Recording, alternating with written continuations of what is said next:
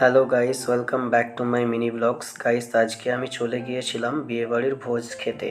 দেখো, যাওয়া মাত্রই প্রথমে আমাকে পাতা এবং টিস্যু পেপার দিয়ে দেয়। তারপরে এখানে লেবু এবং খানিকক্ষণ বাদে এটা দেখো, আজকের ছিল মেনু কার্ড, যেটা তোমরা একটু পজ করে দেখে নিও। তারপরে সালাড দেয় এবং সস দেয়।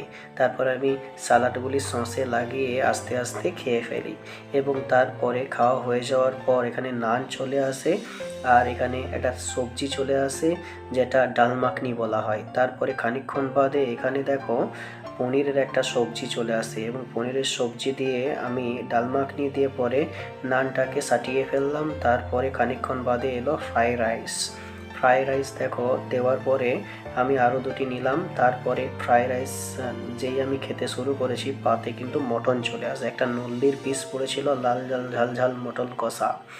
তারপরে দেখো গাইস, মটনটা খাচ্ছিলাম, খেতে না খেতে একটা মিষ্টি এবং চাটনি দিয়ে দেয়। বাই বাই গাইস, আজকের মতো এই